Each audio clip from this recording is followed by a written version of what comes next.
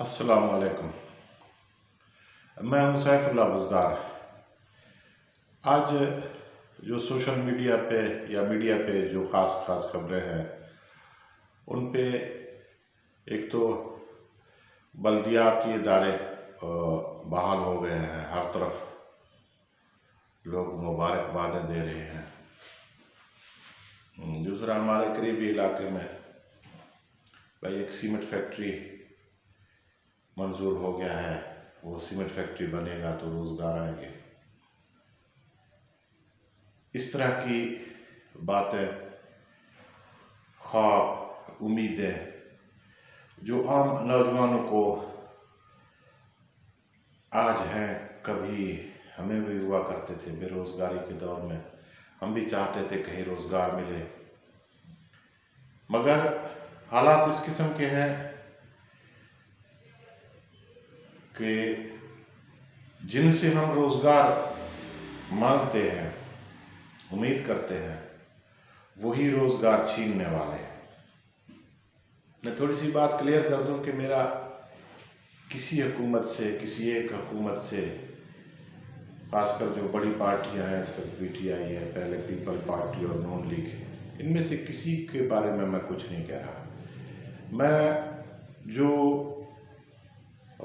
60, 55, 50 सालों में आधी सदी की जो मेरे याददाश्त हैं, जो मैंने देखा है, वही मैं बयान कर रहा हूँ। आज तक वही कुछ है। एक तो जो ठेकेदारी निज़ाम में जो काम हो रहे हैं, ये तमाम के तमाम झूठ के ऊपर मबनी है।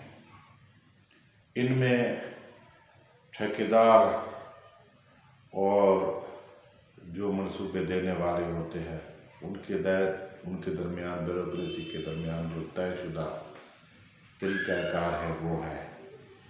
इसके अलावा जो लोग उम्मीद करते हैं तो उनको उम्मीद करनी भी चाहिए। क्या करें, उम्मीद के बगैर तो फिर ज़िंदगी ही नहीं है। लेकिन मैं नौजवानों को ये बताना चाह रहा हूँ कि आपने ये जो बल्दियात जो बहाल हुए हैं, आपको अपने इलाके में क्या मिला है? फ्यूडल लॉर्ड, जो सरदार जहाँ भी बड़ा होगा, चेयरमैन होगा, वहाँ जो छोटे चेयरमैन, मेंबर वगैरह हैं, उनको कुछ नहीं मिलने वाला।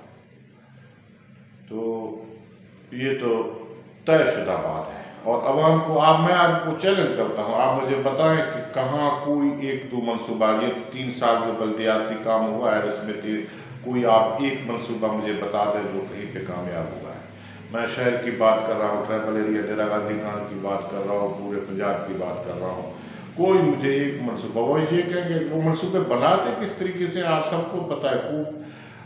वो ठेकेदार के एक दिन बुनियादें, एक साल वो बुनियादें खोदते हैं, दूसरे में कुछ कंक्रीट वगैरह थोड़ा अपना वो करते हैं, तीसरे साल मतलब कोई चीज़ कोई मुकम्मल हुआ ही नहीं है। जो रोज़गार की जो बात है, मैंने तो शुरू में जब से मेरे याददाश्त हैं, मैं गाजी टेक्सटाइल जो डेरा गाजी खान में था तो काम कर रहा था, यकीनन मुनाफे में था। हज़ारों मज़दूर परमानेंट वहाँ काम करते थे। उसको बेचा गया और कुछ दिनों के बाद उसकी पता नहीं कितने पैसे उन्होंने हुकूमत को अदा किए। तो सब मिली भगत थी, कौन कौन लोग थे। अब मेरे ख्याल में मुझे बताने की कोई ज़रूरत नहीं है, पुराने लोगों को तो सबको पता है। फैक्ट्री का गेट तोड़ा गया, मज़दूर भगाए गए और उनको परमानेंट नौकरी उनकी ख़त्म किया गया। फिर गाजी टेक्सटाइल मिल को फिर उसका नाम भी तब्दील करके चोटी टेक्सटाइल मिल बनाया गया। फिर चोटी टेक्सटाइल मिल ने फिर बैंकों से कर्जे लिए, फिर काफ़ी अर्सा उस पर बोर्ड किसी बैंक का लगा रहा, उसके बैंक के खाते में वो ब्लज हो चुका था। तो पिछले दिनों ये एक आम अनपढ़ जो सिक्योरिटी में काम करता था, उसको मैनेजिंग डायरेक्टर वहाँ किसी कंपनी का बनाया गया, जो बेचारा सिक्योरिटी गार्ड था, 8,800 तनख्वाह लेता था। उसके नाम पर कोई कंपनी रजिस्टर किया गया, 20 करोड़ रुपए उसके नाम से लिए गए। अच्छा, 20 करोड़ रुपए लिए भी गए तो वो 2000 में जो पैसे गए बैंक को 2021 को क्यों याद आ रहे हैं? इस दरमियान में उसको कोई याद नहीं। ये एक फ्रॉड नहीं है, इस तरह की सीरीज हैं फ्रॉड के। वो रोजगार जो बना बनाया रोजगार था वो बर्बाद हो गया। स्टेट सीमेंट बना, DG Khan cement factory Asia की बड़ी फैक्ट्री, वहां कितने इलाके के लोग भर्ती किए गए। आप इलाके के किसी सरदार, किसी वडेरे, किसी एमपीए एमएनए के कोई बयान आप देख लें कि भाई इलाके के लोगों को रोजगार दिया है, आप मुझे दिखा दें। मैं आपको चैलेंज करता हूं, आप मुझे दिखा दें कि फिलहाल सरदार ने, फिलहाल एमपीए ने, फिलहाल एमएनए ने कहा कि डीजी खान सीमेंट फैक्ट्री इलाके के लोगों को रोजगार दे। सवाल ही पैदा नहीं होता। अच्छा, इसके अलावा कभी किसी एमपीए एमएनए जो ट्राइबल एरिया से ताल्लुक़ रखता हो, उसने ये कहा कि हमारे ट्राइबल एरिया में और तालीमी निज़ाम ठीक नहीं है, इसके लिए हुकूमत कुछ करे। वो हुकूमतों में तो वो खुद होते हैं, तब भी कुछ नहीं करते। चलो अपोजिशन में रहकर कोई इस तरह की कोई बात करे। हाँ, बॉर्डर मिलिट्री पुलिस की जब भर्तियाँ होती हैं तो फिर कहते हैं कि ये मैदानी इलाके वाले सीटें ले जाएंगे, तो ट्राइबल एरिया के लोगों को पास तालीम नहीं है, इसलिए मिडल तालीम रखा जाए या प्राइमरी रखा जाए। क्योंकि मिडल और प्राइमरी की सनत तो होता नहीं है, स्कूल से सर्टिफिकेट लाया और जनाब उसकी कोई जाली डिग्री वगैरह वेरिफिकेशन वगैरह होता नहीं है, सीटें ये लोग बेच देते हैं, अपने खास लोगों को वो दे देते हैं। अब बॉर्डर मिलिट्री पुलिस के लोग लाहौर से आके, चकवाल से आके भर्ती नहीं हो सकते, नहीं तो सरदार साहब ये भी लेके आते, उधर ही से लेके आते। डीजी खान सीमेंट फैक्ट्री में आपको कितना रोजगार मिला?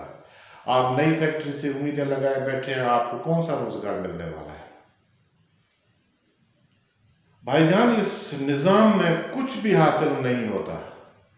इस निज़ाम के अंदर, इस ठेकेदारी निज़ाम के अंदर, इस फ्यूडल निज़ाम के अंदर, इन सरदारों में आपको कोई, शायद मैं थोड़ा सा क्लियर कर दूं कि सरदार उस्मान की बात, मुझे तो सरदार उस्मान से एक बात की मैं वाज़ेह कर रहा हूँ कि सरदार उस्मान बुज़दार जो वज़ीर आला बना है, तो मैं कहता हूँ कि ये 5 साल पूरे करे, अगले 5 साल भी पूरे करे।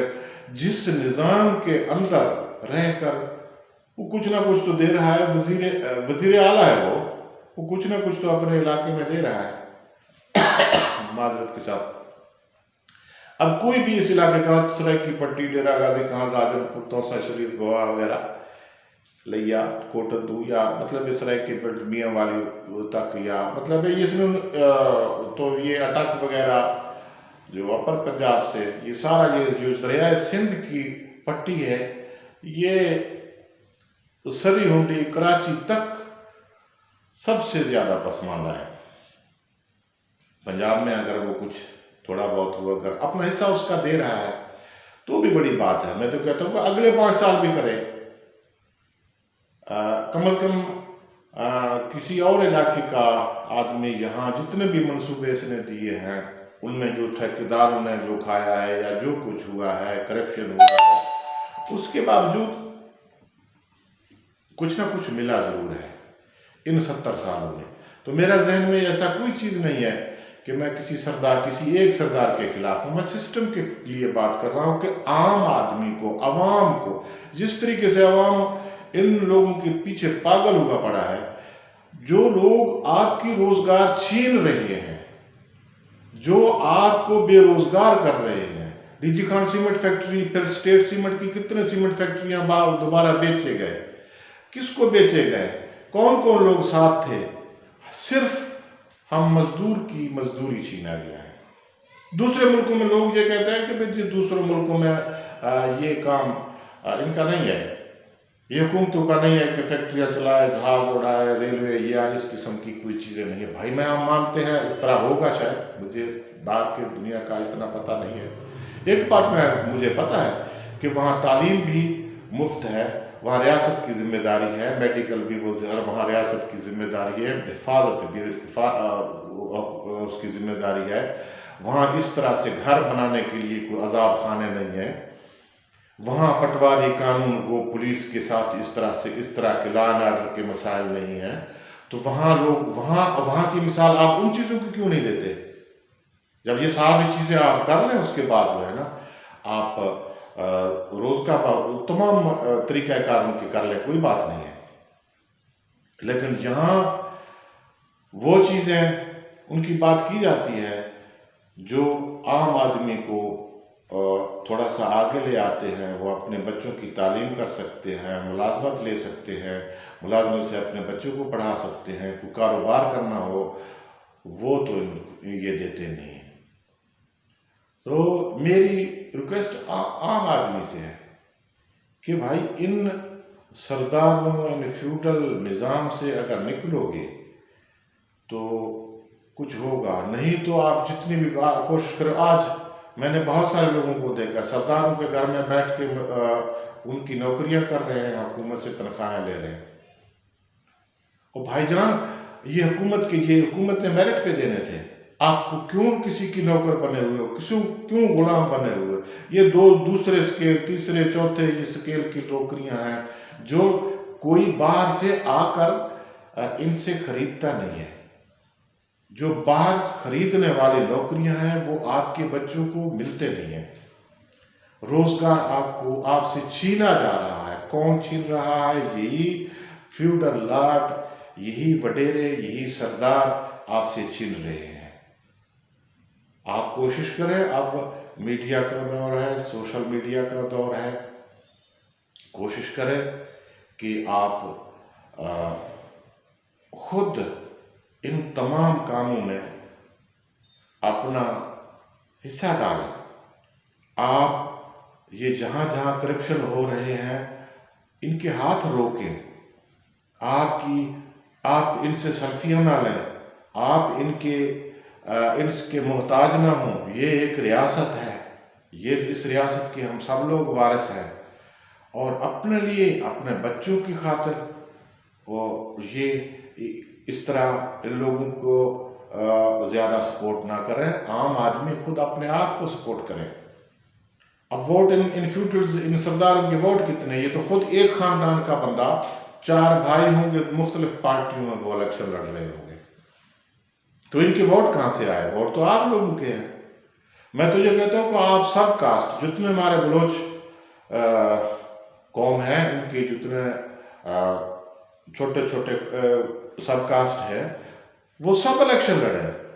एक कौमी असम्बली की सीट के ऊपर 200 बंदे इलेक्शन लड़े। एक एमपीए की सीट के ऊपर 200-400 लोग इलेक्शन लड़े।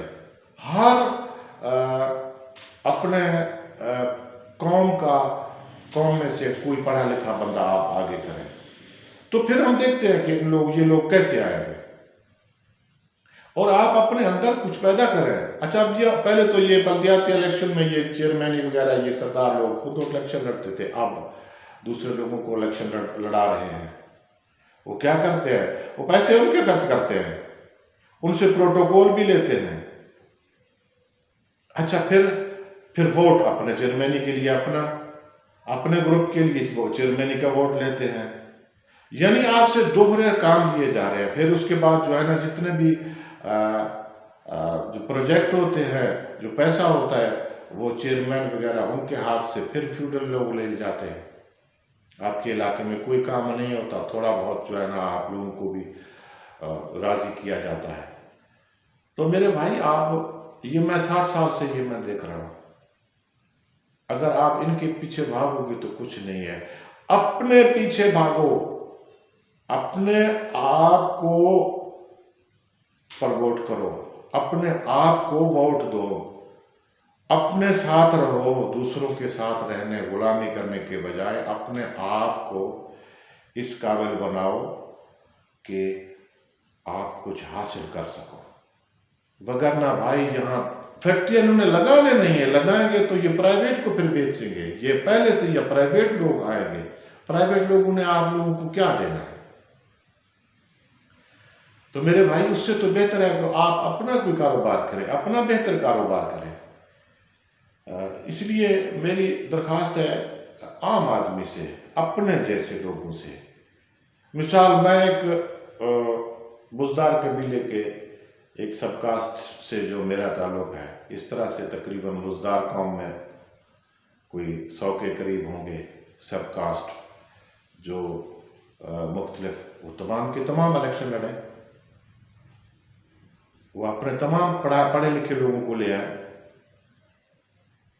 पैनल बनाए, एमपीए के वोट कुछ लोग एक दूसरे को दे दें, एमएलए के वोट किसी और को दे दें, इसी तरीके से मैदानी इलाके के लोग इनका मुकाबला करें। जब तक आप खुद आगे नहीं, कोई बात नहीं, एक बार आप हार जाएंगे, दो बार आप हार जाएंगे, कोई बात नहीं। दूसरी बात यह है कि आप अपने काम के लिए आप जिला के तमाम अफसरों के साथ डायरेक्ट जाकर खुद मिलें। आपका कोई भी मसला है आप खुद जाके मिलें, आप प्रेस कॉन्फ्रेंस से करें, आप यूट्यूब चैनल पे बात करें अपनी, आप फेसबुक पे अपनी बात करें। आप सच्चे होंगे तो आपकी बात की सुनवाई होगी, आप इकट्ठे हों। और हम लोगों को काम पड़ता है तो हम इनके पीछे भाग जाते हैं।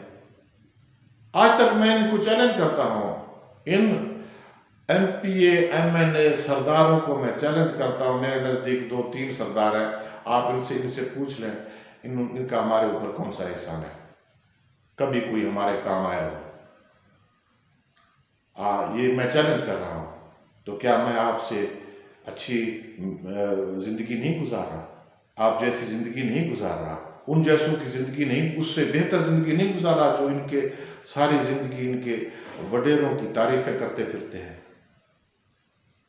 मेरे भाई, अपने आप को सपोर्ट करो, और कोई किसी ने कुछ नहीं देना। ये रियासत अपना है। ये इस रियासत में जहाँ करप्शन हो रहा हो, जहाँ ज्यादती को पुलिस वाला कर रहा हो, पटवारी कर रहा हो, कोई और कर रहा हो, आपने रियासत का साथ देना है। रियासत देर सवेर, हमें रियासत से कुछ मिलना है, हमने इन लोगों से कुछ नहीं मिलना। तो इसलिए मैं आम आदमी से रिक्वेस्ट कर रहा हूँ कि बाशऊर हो, अपनी बात सोशल मीडिया पर ले आए, लोगों के साथ अपना ताल्लुकात रखे, राब्ता रखे, आम आदमियों के साथ अपना राब्ता रखे, और अपने लिए, अपने बच्चों के लिए कोशिश करें। इन लोगों ने आपके रोजगार छीने हैं, इन फ्यूडल लाडू ने, इन सरदारों ने, इन वडेरों ने, इन एमपीए ने, एमएलए गद्दी नशीनों ने, इन्होंने आपके बच्चों के रोजगार छीने हैं, और मुसलसल छीनते जा रहे हैं, आइंदा भी छीनते रहेंगे। ये आप लोगों को कभी भी इस काबिल बनना। अच्छा, इनको इन बेचारों को इतनी भी फिक्र है, एक आदमी डीजी खान सीमेंट फैक्ट्री में मुलाजिम होगा, परमानेंट मुलाजिमत करेगा, तो इनकी सरदारी को जाने, इनकी सरदारी इतनी कमजोर है। कोई किसी और महकमे में काम करेगा, मुलाजिम बनेगा, तो इनकी सरदारी का, भाई इनकी सरदारी की हमें क्या जरूरत है। आप हमारे लीडर बने, आप हमारी हर जगह पे बात करें, अवाम बाशऊर होगा तो आपकी बात, अवाम की बात ये करेंगे भी। लेकिन हम बाशऊर होना नहीं चाह रहे, हम गौर फिक्र करना नहीं चाह रहे। तो इस तरह से मैंने तो 50 साल में देखा है, तो नजरी देखा है।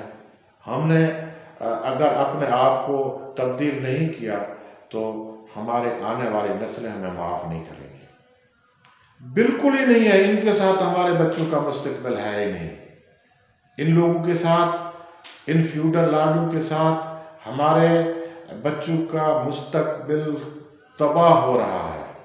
आप देखें, अच्छा कितनी बातें हुई इस हुकूमत ने, कितना 2 करोड़ जी, 2 करोड़ बच्चे स्कूल नहीं जा रहे।